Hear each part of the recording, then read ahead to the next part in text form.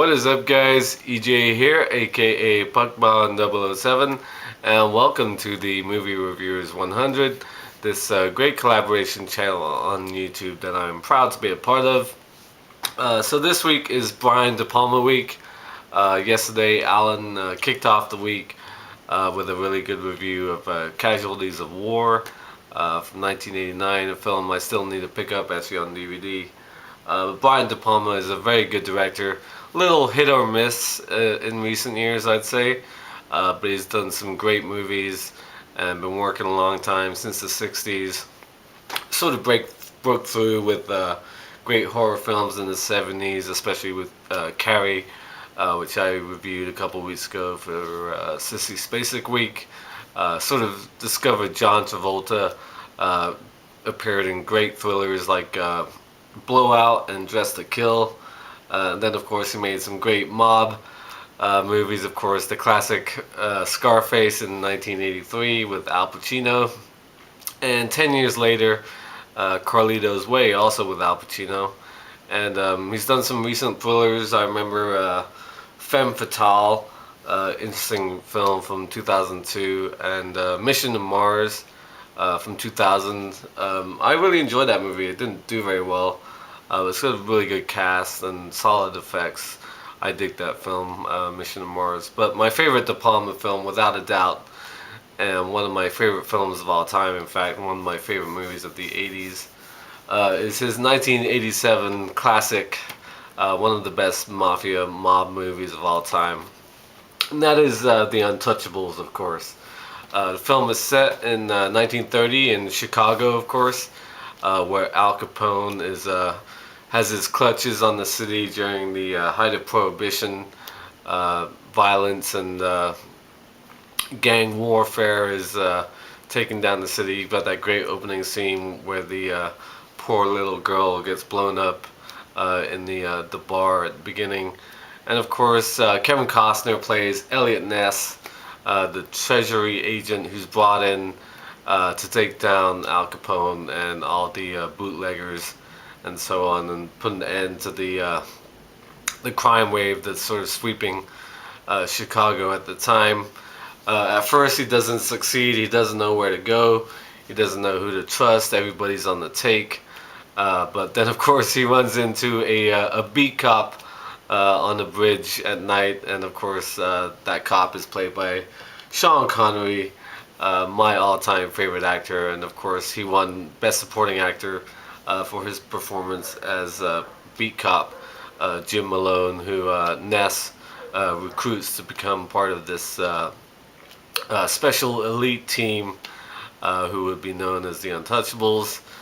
They also recruit an accountant. An accountant gets sent by Washington to help Ness with the investigation. Of course, they end up getting Al Capone on tax evasion at the end of the film, but he's an accountant, but he gets brought on to the team. A little guy with glasses. It's the actor's name I always forget when I talk about this movie.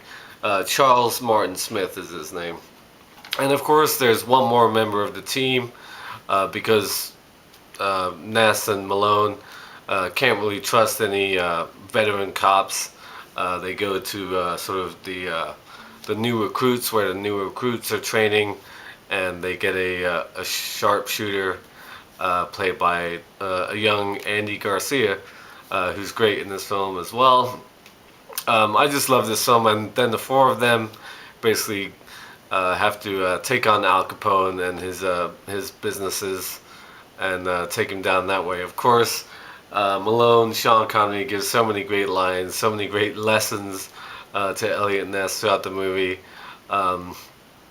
If one of their guys pulls a knife, you pull a gun.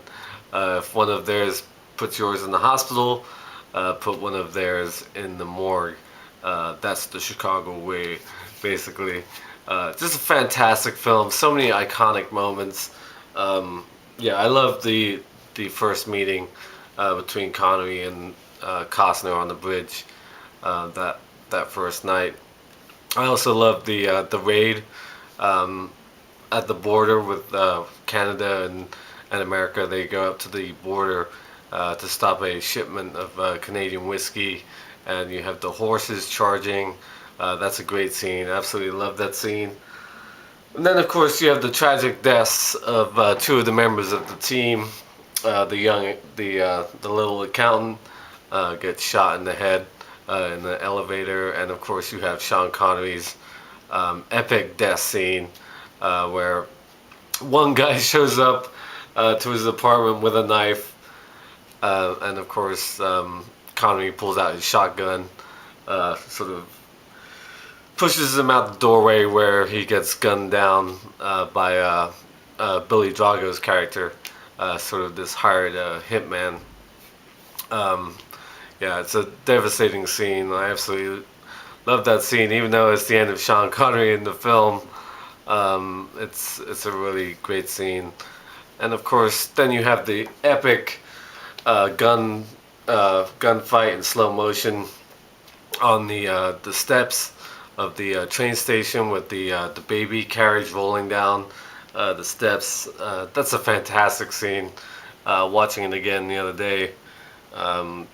Yeah, Kevin Costner and Andy Garcia. When Andy Garcia runs in and flips him the gun and slides to stop the baby carriage, and then you have the confrontation with the guy who's holding the guy who has the ledger.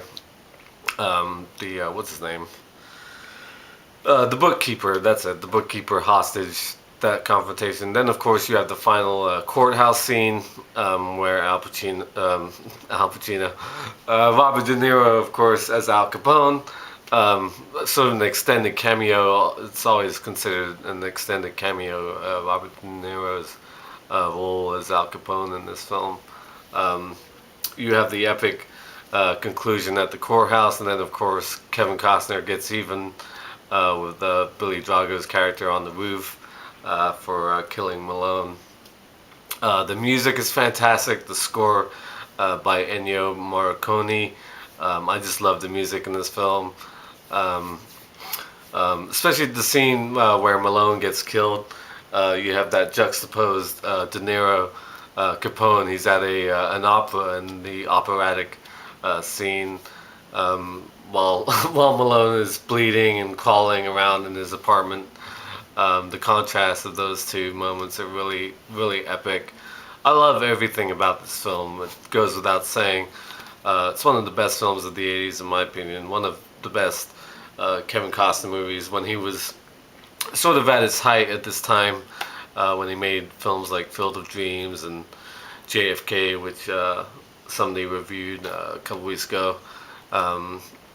For Sissy Spacek Week as well, Dances with Wolves, all those type of films that Kevin Costner made in the late 80s and early 90s. Robin Hood, Prince of Thieves, they're all classics in my opinion. And The Untouchables from 1987 by Brian De Palma is one of the best ones as well. Absolutely love this movie. Check it out if you haven't seen it, of course. Just a fantastic film, fantastic cast. Great music and so many iconic moments. Just a brilliant film. The Untouchables.